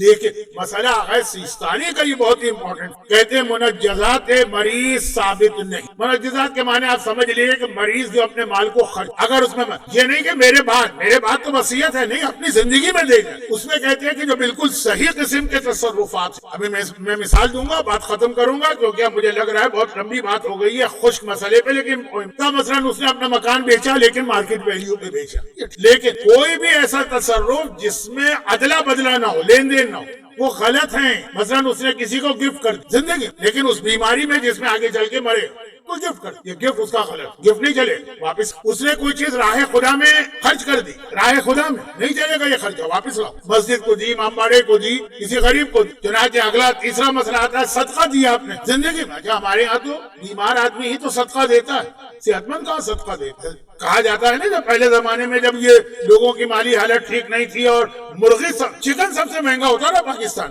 بہت سے لوگوں کو چکن کھانے کا موقع تو ہی ملتا تھا، یا وہ بیمار ہو تو لوگ چکن بنا کے دیتے تھے، یا مرغی بیمار ہو تب اس کو ذبح کر دیتے۔ تو خیر یہ بات ہو رہی ہے کہ صدقہ تو بہت سے لوگ بیماری میں دیتے، ہاں کوئی اور ان کی طرف سے دے رہا ہے، خود دے رہا، غلط ہے یہ صدقہ، جائز ہی نہیں۔ بکرا لوگ ذبح کرتے ہیں، ہم بیمار ہیں بھائی ایک بکرا ہمارے نام پہ، ہمارے پیسوں سے، بعد اپنے پیسوں سے، جائز ہی نہیں ہے۔ اب مثال جو اگر سیستانی کے جملے پڑھ رہا ہوں، اگر وہ ہبا کرے یعنی کسی کو گفٹ، چاہے بڑا گفٹ دے کہ بھائی میرا مکان میری بیٹی کو میں دے رہا ہوں، میرے بعد دو میری بیٹی کو، وہ تو سارے مراجع کے نزدیک غلط ہے، 1/3 میں چلے، لیکن زندگی میں دے رہا، میرا بزنس میں اپنے بیٹے کو دے رہا ہوں، ہاں صحت مندی کے عالم میں کرے کوئی بات نہیں، بیماری میں وہ بیماری جس کے بعد مر تو ہبا نہیں چلے گا، وقت کوئی چیز کر کے جائے نہیں چلے گی، صدقہ نہیں چلے گا، کبرا کہتے ہیں کہ آپ کے پیسے کسی پہ واقع آپ نے کہا اچھا میں بیمار ہوں میں معاف کروں، معافی نہیں چلے گی، یہ نہیں کہ میرے مرنے کے بعد معاف ہے، ابھی معاف ہے لیکن معافی نہیں چلے گی، دینا پڑے گا اس آدمی کو، اور وہ لین دین بھی نہیں چلے گا جو مارکیٹ ویلیو سے کم پر ہو۔ ویسے آپ کا مکان $1 ملین کا ہے، آپ اس کو $500,000 میں بیچ، آپ اس کو 1 لاکھ میں بیچ، لیکن بیماری میں اگر 1 ملین کا مکان آپ نے 8 لاکھ کا بھی بیچا تو یہ ڈیلنگ غلط باطل ہے، یہ نہیں بیکا مکان۔ اور گاڑی اور یہ منجزات مریض ہے، جو آدمی اپنی بیماری میں جس میں مر گئے جو مالی تصرفات کرتا ہے جو مارکیٹ ویلیو کے حساب سے وہ تو ٹھیک، جو مارکیٹ ویلیو سے کم ہو وہ غلط ہے، جو لے کر گیا اس پر واجب ہے اس کو لوٹا، اور جس کے اندر لین دین ہی نہیں ہے خالی دینا ہی دینا ہے، چاہے وہ راہ خدا میں دینا اس کو وہ واپس۔ اچھا باقی مراجع میں نے پھر دوہرا دوں اور ختم کروں، باقی مراجع کہتے ہیں کہ نہیں، مریض کو بھی اگر اس کی عقل ختم نہیں ہوئی ہے تو اتنا ہی اختیار ہے جیسے صحت مند، صرف آغا سیستانی اور ان کی تقلید کی میں اس وقت اکثریت آ چکی، وہ فرماتے ہیں کہ مریض کے یہ سارے تصرفات غلط ہے باطل ہے، جس کے پاس گئے اس کے بعد مال حرام پہنچا اسے واپس کرنا، جیسا میں نے کہا کہ صدقہ تو عام طور پہ لوگ دیتے ہی بیماری میں، اچھا اس بیماری میں صدقہ دیا ٹھیک ہو گیا تو صدقہ بھی صدقہ دیا اور مر گئے، چاہے 5 سال بیماری چلی، کچھ کینسر کے پیشنٹ ہے، کچھ ایڈس کے پیشنٹ ہے، کچھ ہیپیٹائٹس BC کے پیشنٹ ہے، 2 سال 3 سال، صدقہ 3 سال پہلے دیا ہے واپس، تو یہ جو مال حرام ہے جو ہمارے یہاں بہت ہو رہا، بکرے تو میں نے بہت ذبح ہوتے دیکھے ہیں مرض کے اندر، پھر اگر ٹھیک ہو گیا تو بکرا ٹھیک تھا، اور اگر یہ بعد میں یہ مر گیا ایسے تو بکرا تو واپس نہیں آئے گا نا، لیکن جو اس کے پیسے معمولی مسئلہ نہیں، ہاں صرف ایک طریقہ ہے، وارث جب یہ واپس آئے گا، یہ آدمی مر گئے واپس آ کے کس کو ملیں گے؟ وارثوں کو نا، ہاں اگر وارث کہہ دیں کہ مراد اور وہ اپنا کوٹا پہلے سے ختم نہ کر، 1/3 میں وارثوں کو اختیار ہوتا ہے، اگر آلریڈی 1/3 وہ مرنے والے کے لیے خرچ کر چکے ہیں تو الگ چیز، دیکھیے مسئلے سے مسئلہ نکل، لیکن میرے کہنے کا مقصد کہ یہ مسئلہ ہمارے یہاں تو لوگ جانتے ہی نہیں ہیں، عمل تو دور کی بات ہے، منجزات مریض نہیں چلیں گے، ویسٹرن کنٹریز میں قانون ہے، اور وہ یہ ہے کہ اگر کوئی آدمی سوسائڈ کر کے مرتا ہے اور اس نے کوئی ول کی ہے یا وصیت تو وہ بیکار نہیں لینا، یہ اس سے ملتا جلتا مسئلہ، اس میں یہی ہے کہ مریض اسی طرح خودکشی کرنے والا یا اسی طرح ایسے وقت میں اپنے مال کو خرچ کرنے والا جب یقینی موت ہے، بیماری نہیں یقینی، پانی کے جہاز ہے وہ بیچ میں کہیں پیسیفک یا اٹلانٹک اوشن میں ڈوب رہا ہے، دور دور تک بچنے کا چانس نہیں ہے، ڈوب رہا ہے، اس وقت وہ کچھ چیزیں اگر استعمال دے دے لوگوں، موبائل اٹھایا کا میرا مکان اس کو دے دو، فلاں دے دو، سب دے، مرض موت اور ایسا یا موت نہ ہو ایسا واقعہ کہ موت یقینی نظر آ رہی، یہ آغا سیستانی کا فتویٰ ہے، آج بھی دوسرے مراجع اس کو نہیں مانتے، اور پہلے والے بھی ایسا ماننے والے بھی بہت ہیں، لیکن پچھلے 50 سال میں شاید بہت کم، لیکن بہرحال آغا سیستانی کی تقلید یہ سب حرام۔ اب بتائیے یہ جو حرام کسی کے گھر جا رہا ہے کہ جان بوجھ کے حرام کر رہا، جس نے ایسے مریض سے صدقہ لیا یا تحفہ لیا یا معافی مانگ لی، معافی تو لوگ مانگ لیتے، بھائی وہ میں نے تمہارے اتنے پیسے ایک زمانے میں کھا لیے تھے مجھے معاف کر دو، معاف کر بھی دے تو معاف کرنا بیکار ہے، لیکن اس میں کہیں معافی مانگ رہا ہے تو اس کے اندر کہیں وہ نہیں ہے کہ جان بوجھ کے گناہ کر، پھر یہ حرام کیوں آ رہا ہے اس کے پیٹ، یہ حرام کیوں آ رہا ہے اس کے بچوں کے کھانے میں، یہ ولایت والا ہے، ولایت کے اطاعت والے کو مانتا ہے لیکن اطاعت کر نہیں پا رہا ہے کیونکہ مسئلہ نہیں جانتا، بہت اہم یہ موضوع بنتا ہے۔ اور پھر اگر اہل بیت کا ماننے والا اتنا لا علم اور جاہل ہو، اہل بیت تو ایسے ہیں کہ دشمن اسلام بھی ان کے چہرے کو دیکھ کے اپنی شکست مان لے، اور جو وہ کہہ رہے ہیں اسے قبول کرنے کو تیار ہو جاتا، بات وہی ہے، ولایت یہ ہے اطاعت والی۔ چنانچہ مشہور واقعہ کہ جب پیغمبر نے مکہ فتح کر لیا، یہ آخری چند جملے ضروری تھے، آج کی اصل مناسبت تو یہی ہے نا، جب پیغمبر نے مکہ فتح کر لیا تو اب پیغمبر نے وہ ذمہ داری ادا کی جو ہم میں سے ہر ایک پر بھی ہے، خود دین پہ عمل نہ کرو، دوسروں کو بھی پریچ کرو یا اسلام کا میسج کنوے۔ پیغمبر کے لیٹر جانے لگے اور ہر لیٹر کا ایک طرح سے الگ جواب آیا، اس میں سے ایک لیٹر نجران گئے۔ اب پہلے لوگ نجران کو نہیں جانتے، اب یہ جو حوثی اور یمن کا جہاد ہے تو اس سے نجران کا لفظ لوگوں کو پتہ چلا، یہ اس وقت بارڈر ہے یمن اور سعودی عرب کا، اس وقت تو یہ یمن کا حصہ تھا۔ وہاں کرسچن اور ایسے کرسچنز تھے جو پیور تھے, اچھے. ڈسکشن ہوا اور کہا کہ یہ لیٹر کا اسٹائل وہ جو انبیاء کے لیٹر کا اسٹائل ہوتا ہے, حضرت عیسیٰ بھی اس طرح تبلیغ کرتے. پچھلی تقریر میں نے عرض کیا تھا کہ جناب صفیہ کے والد یہودی پیغمبر کو پہچان کر بھی کہا کہ مخالفت کریں گے, ایک وہ تھا اور ایک یہ. یا بھی پیغمبر کو نہیں پہچانا کا لیٹر کا انداز وہ ہے جو انبیاء کا انداز ہوتا. ہم اس کے اوپر کوئی ریئیکشن شو نہیں کریں گے, پہلے چیک کریں. چنانچہ 7 آدمیوں کا ایک ڈیلیگیشن تیار کرایا جسے مدینے بھجوایا. کل رات کو میں ایک جگہ ایک محفل میں تھا, وہاں پہ ایک عرب عالم, کئی عرب عالم تھے, ایک عرب عالم میرے ساتھ ہی بیٹھے تھے. بڑا ہاٹ سا ڈسکشن شروع ہوا. ان کا یہ کہنا تھا کہ یہ واقعہ مباہلے کا 24 ذی الحج 10 ہجرہ کو پیش آیا. 10 ہجرہ وہ ہے جس کے 2 مہینے کے بعد پیغمبر کی وفات. اور غدیر کا واقعہ 18 ذی الحج ہے کہ نہیں, میرے حساب سے 9 ذی الحج کو پیش آیا. اس بحث میں آپ کو اب ڈالنے کا کیا فائدہ, پہلے ہی آپ کا دماغ چکرا رہا ہوگا. منجزات مریض اور دعا زہرا اور رشیدہ اور غیر رشیدہ. تو بہت ہی مختصر ایک بات, میں نے کہا 18 ذی الحج کو اگر پیغمبر نے غدیر کا اعلان کیا تو 24 ذی الحج within 6 days مدینے پہنچ کر عیسائیوں سے ساری بات ہو کے مباہلہ بھی ہو گئے. لمنگانی یا فیرری میں بیٹھ کے نعوذ باللہ کیا یہ قافلہ مدینے آ رہا تھا, جبکہ غدیر کے حوالے سے سبھی مانتے ہیں کہ پیغمبر 3 دن وہاں اسٹے کرتے ہیں. 20 ذی الحج تک, 21 کو وہاں سے چلے, 24 تک مدینے بھی پہنچے, عیسائی ڈیلیگیشن بھی آ گیا, ان سے باتیں بھی ہو گئی. انہوں نے کہا صرف 1 دن کی بات ہوئی, چلے 1 دن سے. آج سے 60 سال پہلے بھی غدیر کے میدان سے مدینے جانے میں 6 دن لگتے, صرف 60 سال. پڑھ لیجیے لوگوں کے سفر نامے 1400 سال پہلے. وہ بحث کر رہے ہیں کہ نہیں بھائی یہ بس یہی ہے. میں نے بڑی ریسرچ, میں اس لیے عرض کر رہا ہوں کہ بعض اوقات ہمارے یہاں کے لوگ انڈین اور پاکستانی علماء اور ان کی ریسرچ کو بہت ہی ڈیگریڈ کرتے. خاصی بحث میں وہ نہیں مانے, لیکن خیر آپ کے لیے بتا رہا ہوں 24 ذی الحج 9 ہجرہ. 9 ہجرہ کون سا سال ہے جس سال پیغمبر نے حج نہیں کیا, مولا کو بھیجا کہ جا کے مشرکین کے اوپر پابندی لگاؤ, مکے میں انٹر نہیں. 2 دن پہلے کو داخل ہو گیا تھا نا مکے میں, BBC رپورٹ دے رہا. خیر 9 ذی الحج سب طرف گئے, نجران کے عیسائی بھی آئے. انہوں نے کہا نہیں پہلے ہم چیک, یہ ہوتا ہے صحیح دین کو, حق کو پہچاننے کا. دین ہے حق و باطل, پہلے چیک کریں. واٹس ایپ کے اوپر بھروسہ نہ کریں, یوٹیوب پہ بھروسہ نہ کریں, فیس بک پہ بھروسہ نہ کریں, انسٹاگرام پہ بھروسہ نہ کریں. اسی چیز پہ بھروسہ کریں جہاں بزرگ کی طرح کہہ سکے کہ اگر میں غلط دیکھ رہا ہوں تو میری آنکھیں اندھی ہو جائیں, میرے کان بہرے ہو جائیں. تو انہوں نے کہا چیک کریں. آئے وہ جس وقت آئے تو ظہر کی نماز کا وقت تھا, پیغمبر ظہر کی نماز پڑھا رہے تھے. آج کی تقریر کا پہلا حصہ تھا کہ جب مولا نے ساحل کو انگوٹھی تھی وہ ظہر کی نماز کے, یہ ظہر کی نماز, پیغمبر کی نماز ختم ہوئی, یہ مسجد میں انٹر ہو. اس وقت تک مسجدوں میں نان مسلم کی انٹری حرام نہیں. پیغمبر نماز ختم کی, اب انہوں نے اپنی عبادت شروع, اور ایسٹ کے ڈائریکشن میں جو عیسائیوں کے وہ گھنٹی ونٹی بجتی ہے عبادت کے لیے, وہ انہوں نے کیا کیونکہ یمن ایسٹ میں تھا جہاں پہ ان کا سب سے بڑا اس زمانے کا چرچ.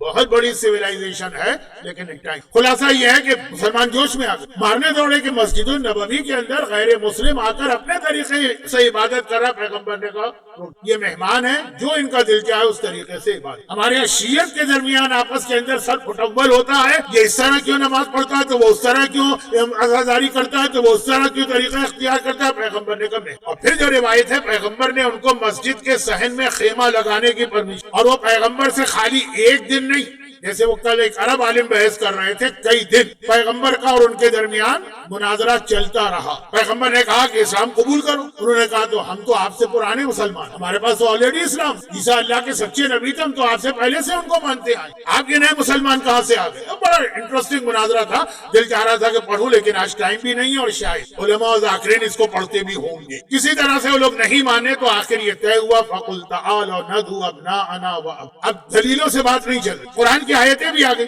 پیغمبر نے کہا تم عیسیٰ کو خدا کا بیٹا کیوں مانتے؟ کہا اس لیے کہ عیسیٰ بغیر باپ کے پیدا ہوئے. فوراً قرآن آیا, پیغمبر نہیں. ان مسئلہ عیسیٰ عند اللہ کا مسئلہ آدم, عیسیٰ کی مثال تو آدم جیسی.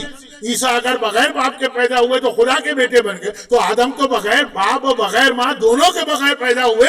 اب قرآن تو نہیں کہہ رہا, لیکن میرا جملہ تو ان کو ڈبل خدا ہونا چاہیے, لیکن نہیں مانے. میں نہ مانوں والا مسئلہ تھا. فَقُلْ تَعَالَوْا نَدْعُوا أَبْنَاءَنَا وَأَبْنَاءَكُمْ, تم اپنے بیٹوں کو لاؤ, ہم اپنے بیٹوں کو, تم اپنی عورتوں کو, ہم اپنی عورتوں کو. ثُمَّ نَبْتَهِلْ, پھر ہم مباہلہ کریں. مباہلہ مانے آمنے سامنے کھڑے ہو جائیں, اور فنجعل لعنت اللہ علی الکاذبین، ہاتھ اٹھا کے کہے خدا بندہ جو جھوٹا ہے اس پہ اللہ کی لعنت۔ یہ اس دعا مانگنے کا نام ہے مباہل۔ ابناءنا نساءنا انفس، اور یہ آیت اتنی اسٹرانگ آیت، مردود ملعون عمر سعد کا باپ سعد ابن ابی وقاص معاویہ کا خاص آدمی تھا، لیکن ایک دن معاویہ نے اس کو پکڑ کے بلایا اور کہا کہ میں نے یہ اعلان کیا ہے کہ سارے مسلمان علی پہ لعنت کریں، تم کیوں نہیں کرتے لعنت؟ علی کی ایک ایسی خصوصیت میرے علم میں ہے کہ اگر کوئی مجھے 100 اونٹ مجھ سے مانگے اور یہ خصوصیت مجھے دے دے تو میں تیار، اور وہ خصوصیت یہ ہے کہ آیا مباہلہ میں وہ نفس رسول بن کے گئے، میں ان پہ کیسے لعنت کروں؟ جو نفس رسول ہے اس پہ لعنت تو رسول پہ لعنت۔ یہ عمر سعد جیسے ملعون کا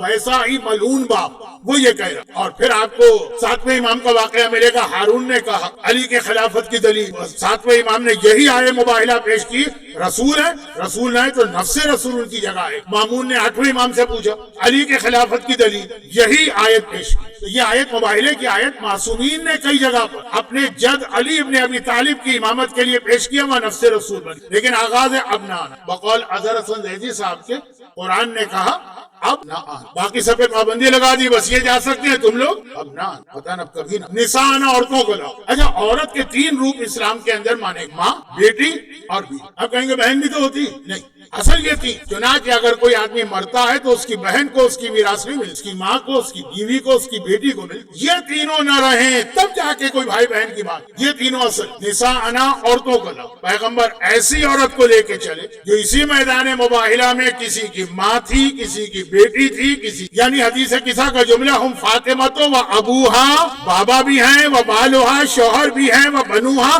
بیٹے بھی ہیں، جو حدیث قصہ میں خدا کا لفظ تھا میدان مباہلہ میں وہ اہل بیت کا ایکٹ۔ اور پھر یہاں پہ آیت میں بھی آپ دیکھیں اور فیکٹ ہسٹری کا وہ بھی آپ دیکھیں، یہ اس طرح سے چلے۔ آیت نے کیا کہا؟ بیٹے شروع میں، نفس آخر میں، بیچ میں آیا عورت، یعنی فاطمہ درمیان میں لائی گئی۔ یہ ایک طرح سے حجاب فاطمہ کی تیاری ہو رہی ہے، دونوں طرف سے پہرا بٹھا دیا، ادھر بھی محرم ہے ادھر بھی محرم ہے، بیچ کے اندر فاطمہ ہے۔ یہ لفظ کی حد تک فاطمہ کا حجاب ہے، وہ عمل کیا۔ مرحوم کبن صاحب قبلہ ایک جملہ کہتے تھے اور میں بھی اس کو ریپیٹ کرتا ہوں، وہ یہ کہ اب جو میدان مباہلہ میں چلیں تو آگے رسول خدا، گود میں حسین ہے، حسن نے نانا کی انگلی تھامی ہے، پیچھے فاطمہ ہے، ان کے پیچھے علی، یعنی اس طرح سے حجاب فاطمہ کو مینٹین کرتے ہوئے فاطمہ سے دین کی خدمت لی جا رہی ہے کہ فاطمہ کا پورا حجاب باقی ہے، اس طرح سے باقی ہے کہ زمین پر پہلے پیغمبر کے پیر کا نشان بنتا ہے، فوٹ پرنٹ، اس پر فاطمہ کا پیر آتا ہے، اس پر علی کا پیر آتا ہے،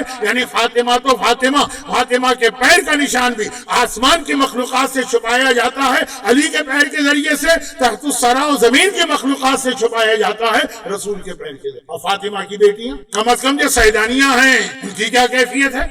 جشن کے موقع پہ زیادہ کہنا اچھا نہیں، لیکن ایک آخری بات کہہ کے بات ختم کر رہا ہوں، یہ آخری میرے وہ یہ کہ یہاں پہ وہ تو آپ کو معلوم ہے بہت مشہور حدیث قصہ، پیغمبر نے اہل بیت کو ایک چادر کے نیچے جمع کر کے ایک نورانی میٹنگ کی، عزتی و جلالی انما خلقت سماء مبنیا ولا ارضا مدحیا ولا قمرا منیرا ولا شمسا مضیا ولا فلک، یہ تو نورانی میٹنگ ہو رہی۔ اور ایک میٹنگ عیسائیوں میں تھی، وہ مشہور جملہ ہے بہت مختصر، ان کے سب سے بڑے مقدس ترین راہب تھے، ان کا ایک جملہ کہ کل اگر پیغمبر اصحاب کو لے کے آئیں تو تم بھی نکل کے مباہلہ کر، اور اگر اپنے جگر کے ٹکڑوں کو لے کے آئیں تو قطعاً مباہلہ نہ کر۔ جسے اپنی سچائی پہ شک ہوتا ہے وہ ساتھیوں کو خطرے میں ڈال دیتا، لیکن کبھی اپنے جگر کے ٹکڑوں کو خطرے میں نہیں ڈالتا۔ یہ ادھر کی میٹنگ، اور ایک جملے کی میٹنگ نہیں تھی، پوری رات کی میٹنگ۔ اگلی صبح کو وہ لوگ پہاڑ کے پیچھے سے دیکھ رہے ہیں کہ یہ مدینے سے لوگ کس طرح آتے۔ آج بھی مدینے میں وہ مسجد موجود ہے جہاں پہ مباہلہ ہوا، پہلے اس کے بالکل سامنے رمادہ ہوٹل تھا، اب شاید اس کا نام چینج ہو گیا۔ خیر، تو خلاصہ یہ جیسے ہی یہ دیکھا جگر کے ٹکڑے لا رہے ہیں، لیکن اس سے پہلے ایک جملہ ان کی زبان پہ آئے نا کہ اتنے سچے چہرے نظر آ رہے ہیں کہ اگر یہ پہاڑ کے ٹلنے کی دعا کرے تو پہاڑ بھی ٹل جائے۔ انہوں نے شکست مان لی، اور جو پیغمبر کا اسلام قبول کرو کا اسلام تو ہم قبول، تو پھر جو جزیہ ہے وہ دے، پھر ہمارے ساتھ مل کے دشمنوں کے خلاف جہاد کرنا جب ہم پہ اٹیک، کہا کہ نہیں عیسیٰ نے ہمیں تلوار اٹھانے سے منع کیا ہے، ہم بہت ہی سلو آشتی والے لوگ۔ تو بہت زیادہ عیسائیت کہتی ہے نا کہ ہم تو بس وی آر لو اور لو جیسس کرائسٹ از دی لو، ان کے مظالم پڑھیے تاریخ میں، لیکن اس وقت تک یہی کہا کہ ہم تلوار نہیں اٹھا سکتے، ہمارے نبی نے منع کیا ہے کہ ہر ایک سے محبت سے بات، یعنی عورتوں سے بھی مرد. تو کہا اچھا تو پھر اسلامی دنیا تمہیں پروٹیکشن دے گی تو اس کے لیے جو ٹیکس لگائے جاتے ہیں تم جزیہ دو. کہا یہ ہمیں مان لیا. کرسچن اورینٹیلسٹ بعد میں کرسچینٹی نے رخ چینج کیا سینٹ پال کے آنے کے. یاد رکھیے بہت ہی خطرناک آدمی ہے, پوری کرسچینٹی چینج. اب اس میں تلوار بھی آ گئی, اب اس میں اور بہت خرابیاں آ گئی.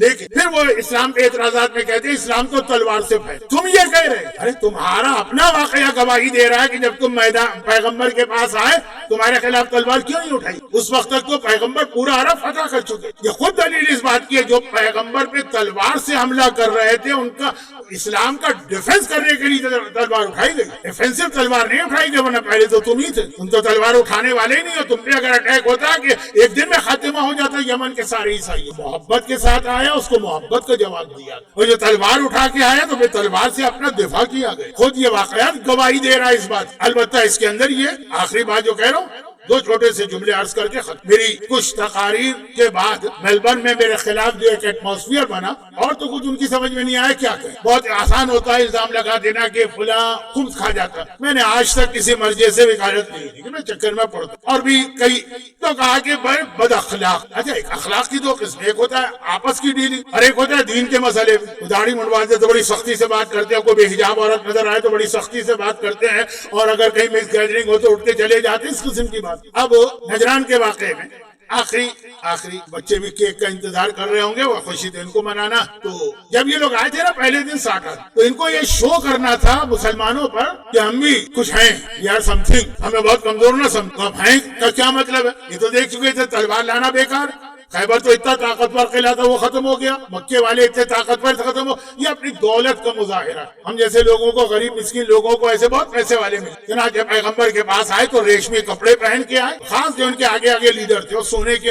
تاریخ کا واقعہ ہے کہ نہیں, 9 ہجری کا مباحلے مدینے کی مسجد میں آ کے پیغمبر سے نے کہا کہ عبادت کرنے دو, خیمے لگا دو ان کے لیے, کہاں اسٹے کریں گے, ہوٹل تو تھے نہیں. اس کے بعد یہ پیغمبر کی خدمت میں آئے. پیغمبر نے ان کو دیکھ کر بڑی کراہیت کے ساتھ, مہمان آئے, ڈیلیگیشن آئے. اور یہ آج بھی ایک مسئلہ ہے کہ پیغمبر جیسا صاحب خلق عظیم. ہمارے اخلاق کا مطلب یہ ہے کہ کوئی گناہ کرے, گناہ کبیرہ کرے, شراب پیے, زنا کرے, جوا کھیلے, مولانا کو اپنے گھر میں مہمان بنا لے, تو مولانا کا اس سے زیادہ نیک آدمی کون ہوگا؟ دیکھو کتنی عزت کرتا ہے ہماری. اور ہم جیسے لوگ بد اخلاق عام آدمی نہیں, ممبروں سے کہا جائے گا. لیکن بات یہ پیغمبر نے منہ پھیر لیا. وہ ادھر لیفٹ سائڈ پر آئے, پیغمبر نے منہ پھیر لیا, رائٹ لیفٹ سامنے. پریشان ہو کے وہ باہر نکلے مسجد کی, کیا ہو رہا؟ مولا سامنے سے. میں واقعہ بہت ہی شارٹ کر رہا ہوں. جس لباس میں تم جا رہے ہو اس میں کبھی پیغمبر نہ تمہیں دیکھ سکتے نہ تمہارے سلام کا جواب دے سکتے. ہماری حدیث کی کتابوں میں ایک ہیڈنگ, اگر کوئی آدمی گناہ کر رہا ہو تو اس کو سلام مت کرو. ہاں جواب دینا تو اب واجب ہو گیا. بات سلام کا مطلب ہے تم پہ سلام. وہ شراب پی رہا, ہم نے کہا السلام علیکم, تم پہ سلام. شراب پی رہا اور آپ کہہ رہے تم پہ سلامتی. کوئی آدمی جوا کھیل رہا ہے, آپ کہیں تم پہ سلامتی. کوئی آدمی ڈسکو ڈانس کلب میں بیٹھا, آپ کہیں تم پہ سلامتی. آپ کی نیت نہیں, لیکن عمل ایسا ہے جس سے ایک فالس امپریشن دیکھنے والوں کو بھی جا سکتا ہے اور اس کو بھی جا سکتا. چنانچہ مولا نے کہا اس لباس میں جو پیغمبر کبھی تمہارے سلام کا جواب نہیں دے گا. پھر کیا کرے گا؟ ریشمی لباس اتارو, سونے کے زیورات اتارو, جس طرح باقی لوگ آتے ہیں اس طرح. اب وہ اپنے آپ کو چینج کر کے آئے تو پیغمبر نے اتنے اخلاق سے اور مسکرا کے بات کہ ان کو یقین نہیں آ رہا کہ ہمارے اپنے پیشوا سے اس طرح بات نہیں کرتے. پیغمبر نے ایک لائن ڈرا کر دی کہ ذاتی معاملات میں اخلاق الگ ہے, اللہ کے دین کے بارے میں اخلاق الگ. پیغمبر جیسا رحمت للعالمین خلق عظیم اور آنے والے مہمان, اور اس طرح سے منہ پھیر رہا ہے تمام تاریخ متفق, خاص طور پہ جو ان کے آگے لیڈر تھے. تم کہتے ہو عیسیٰ تلوار نہیں اٹھائیں گے, عیسیٰ نے منع, ہر ایک سے محبت کریں گے, عیسیٰ نے کہا. ارے تو عیسیٰ کی زندگی کتنی سادہ تھی, یہاں تو عیسیٰ یاد آ رہے, وہاں عیسیٰ یاد نہیں آ رہے کہ ریشمی لباس مت پہنو, سونے کی نمائش مت کرو جو شو آف کا ہے. ہمارے یہاں بھی یہ لوگ دین کا وہ حصہ لے لیتے ہیں جو اپنے آپ کو سوٹ کرتا ہے, جو اپنے خلاف جا رہے ہیں وہ بھول جاتے ہیں. آدھی چیزوں میں عیسیٰ یاد آ رہے, آدھی چیزوں میں اپنی مرضی چل رہی ہے. ایک تو یہ پیغام تھا کہ اخلاق کا مطلب قطعاً نہ لیجیے, وہ آپ کو گمراہ کر رہا جو کہتا ہے کہ مکس گیدرنگ ہے, تم بڑی خوش اخلاقی کے ساتھ بات کرو. کیا اگر سیسانی کی کتاب میں نہیں لکھا ہے کہ واجب ہے وہاں سے بائیکاٹ کر, اللہ یہ کہ کوئی اتنا ڈھیٹ و بے غیرت ہو کہ اس پہ اثر نہ ہو. پھر بیٹھ تو سکتے ہو لیکن کراہیت کے ساتھ. خیر ایک بات, دوسری اور آخری بات, یہ نجران کے عیسائیوں نے دیکھا اور شکست مان لی. کوئی چیز ماننے کو تیار نہیں تھے, نہ عقلی آرگومنٹ, نہ پیغمبر کی باتیں, نہ قرآن کی آیت, اور ابھی مان لی. ہاں آپ نے کہا مانا اس لیے کہ پنجتن گئے, لیکن یہ مباہرہ پنجتن کی عظمت بتا رہا یا فقط عظمت فاطمہ بتا رہا؟ یہ چہرے دیکھ کے مان لیا، تو ان میں سے کون سا چہرہ ان کے لیے نیا؟ کیا رسول اللہ کو اب تک نہیں دیکھا؟ پہلی بار نجران کے عیسائی دیکھ رہے ہیں، مسجد میں پیغمبر سے بات کر کے آئے اتنی دیر، کیا علی کو نہیں دیکھا؟ پیغمبر علی، بلکہ علی نے ہی تو ان کو بتایا کہ جاؤ جا کے ریشمی کپڑے بدلو اور سونے کے زیورات اتارو۔ ہمارے تو کتنے نوجوان ایسے سونے کی چین پہن کے گھومتے ہیں نا، تو پیغمبر کے پاس علی نے کہا، علی کو نہیں دیکھا؟ علی کو تو اچھی طرح یاد کر لیا کہ اس نے وہ طریقہ بتایا جس کے بعد پیغمبر کا اخلاق ہمیں ملا۔ کیا حسن حسین کو نہیں دیکھا؟ پیغمبر ممبر تک پہ بیٹھتے ہیں تو گود میں ایک طرف حسن کو لے کے بیٹھتے ہیں، ایک طرف حسین کو۔ چاروں پرسنالٹیز نجران کے عیسائیوں کے لیے نئی بھی نہیں تھی اور الگ الگ بھی نہیں تھی، چاروں ایک ساتھ مسجد میں دیکھا۔ صرف وجود فاطمہ کا چہرہ نہیں دیکھا، میں نے تو کہا وہاں پیر بھی چھپایا جا رہا، خالی وجود فاطمہ، خالی فزیکل پریزنس فاطمہ کا، فزیکل بھی نکال دیجئے، خالی فاطمہ کا پریزنس۔ آج اگر ہماری اس مجلس میں بھی شہزادی کونین آتی ہیں، اللہ کرے کہ میرا بیان ایسا ہو کہ وہ بھی تشریف لائیں، تو خالی پریزنس وہ باقی اہل بیت کی عظمت کو اتنا بڑھا دیتا ہے۔ خالی پریزنس، خالی وجود سیدہ جو سر سے پیر تک اتنا چھپا ہوا ہے کہ پیر کا نشان بھی کوئی نہیں دیکھ پا رہا، لیکن خالی وجود فاطمہ اتنی برکتیں لے کے آتا ہے کہ رسول و علی و حسن و حسین کی عظمت فاطمہ کی وجہ سے بڑھ جاتی۔ اسی لیے حدیث کسا میں مرکز فاطمہ کو بنائے۔ مباہلہ، غدیر کا لفظ اچھا نہیں، غدیر کے دولہا علی ہیں، مباہلہ کی دلہن فاطمہ ہے، غدیر علی کی حکومت کا اعلان ہے، اور مباہلہ فاطمہ کی اس عصمت و ولایت کا اعلان ہے جو رسالت و امامت کی سب سے بڑی مددگار بن۔ اور اس موقع کو ہم کیسے ضائع ہونے دیں؟ خدا بندہ تجھے واسطہ فاطمہ زہرا کی نظمتوں کا، ہم فاطمہ تو وابوہا وبالوہا وبنوہا، اللہم بحق فاطمہ وابیہا وبالہا وبنیہا والسر المستودع فیہا عدد ما احاط بہ علمک واحص بہ کتابک۔ جتنے صاحبان ایمان مرد اور عورتیں آج کی اس نورانی محفل میں جمع، جس میں ایک نہیں، دو نہیں، تین نہیں، چار اتنی بڑی عیدیں جمع ہو، انہیں دنیا اور آخرت کی ساری خوشیاں نصیب فرما بحق فاطمہ۔ ان کی پریشانیاں دور فرما، ان کی حاجتوں کو پورا فرما، ان کے مرحومین کی مغفرت فرما، جو بیمار ہیں ان کو شفائے کاملہ عطا فرما۔ کووڈ ایک مرتبہ پھر پھیلتا جا رہا ہے، خدا بندہ اس مزی مرض سے دنیا بھر کے انسانوں کو محفوظ فرما۔ خدا بندہ وہ فاطمہ جو سورہ دہر سے پہلے 3 دن روزہ رکھ کے فاقہ کر کے خوشنودی پروردگار حاصل کر رہی ہیں، ان کے اس عمل کا واسطہ صاحبان ایمان کے رزق حلال میں برکتیں عطا فرما۔